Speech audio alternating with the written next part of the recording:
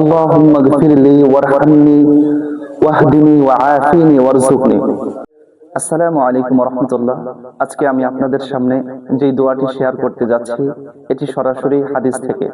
আজকের দোয়াটি সহিহ মুসলিম শরীফের 2696 নম্বর হাদিস থেকে।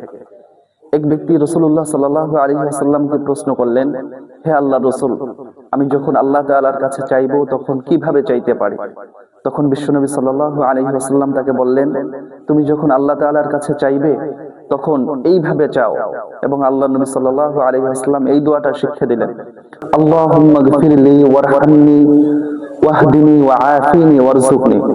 অর্থ, হে আল্লাহ, আপনি আমাকে ক্ষমা করুন, আপনি আমাকে দয়া করুন, সুস্থতা দান করুন এবং আপনি আমাকে রিজিক দান করুন।